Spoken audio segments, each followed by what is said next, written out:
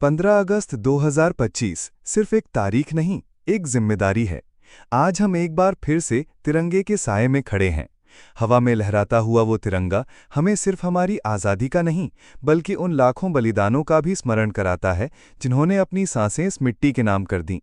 लिपट कर बदन कई तिरंगे में आज भी आते हैं। यूं ही नहीं दोस्तों, हम ये पर्व मनाते हैं। ये पंक्तियां सिर्फ कविता नहीं, बल्कि हमारे इतिहास की सच्चाई हैं।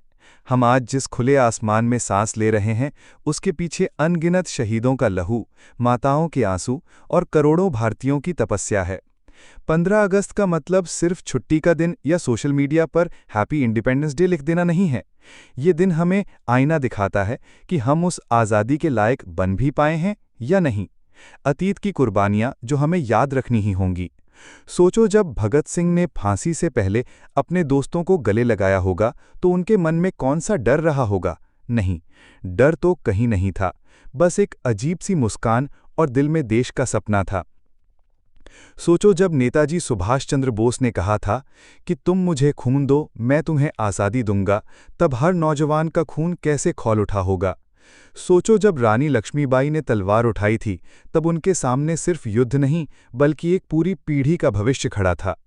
इतिहास किताबों में लिखे अक्षर नहीं होते, वो हमारे कंधों पर रखा भार होते हैं।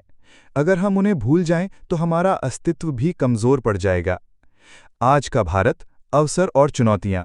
2025 का भारत 1947 के भारत से बिल्कुल अलग है। अब हमारे पास ताकत है, तकनीक है और दुनिया में हमारी एक पहचान है। लेकिन सवाल यह है कि क्या हम सही मायनों में आज़ाद हैं? क्या हम भ्रष्टाचार, नफरत, आलस और अज्ञानता से आज़ाद हो पाए हैं? क्या हम अपने देश की सड़कों, नदियों, खेतों और शिक्षा व्यवस्था को इतना मजबूत बना पाए हैं कि अगली पीढ़ी हमें गर्व से याद करे? सच कहूं तो आज़ादी एक दिन की नहीं, हर दिन की लड़ाई है। आज हमारा दुश्मन कोई बाहरी ताकत नहीं, बल्कि हमारी सोच की सीमाएं हैं। तिरंगे की असली कसम। तिरंगे को सलामी देना आसान है, पर तिरंगे की इज्जत निभाना मुश्किल। अगर हम सच में देश प्रेमी हैं तो हमें 3 कसम खानी होंगी। ईमानदारी की कसम, अपने काम में, अपने शब्दों में और अपने वादों में। एकता की कसम, जात, धर्म, भाषा के नाम पर कभी बटेंगे नहीं। कर्तव्य की कसम, चाहे कोई देखे या ना देखे, हम अपना कर्तव्य निभाएंगे। 2025 में हमें क्या सीखना चाहिए? देश प्रेम सिर्फ शब्दों में नहीं, कर्मों में दिखता है। सोशल मीडिया की पोस्ट से ज़्यादा ज़रूरी है ज़मीन पर बदलाव लाना। शहीदों के नाम पर राजनीति नहीं, प्रेरणा लेनी चाहिए।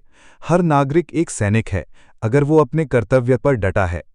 अगर हम सब ये छोटा सा संकल्प ले लें तो यकीन मानो, अगली पीढ़ी हमें सिर्फ याद ही नहीं करेगी, बल्कि हमारे किए पर गर्व भी करेगी।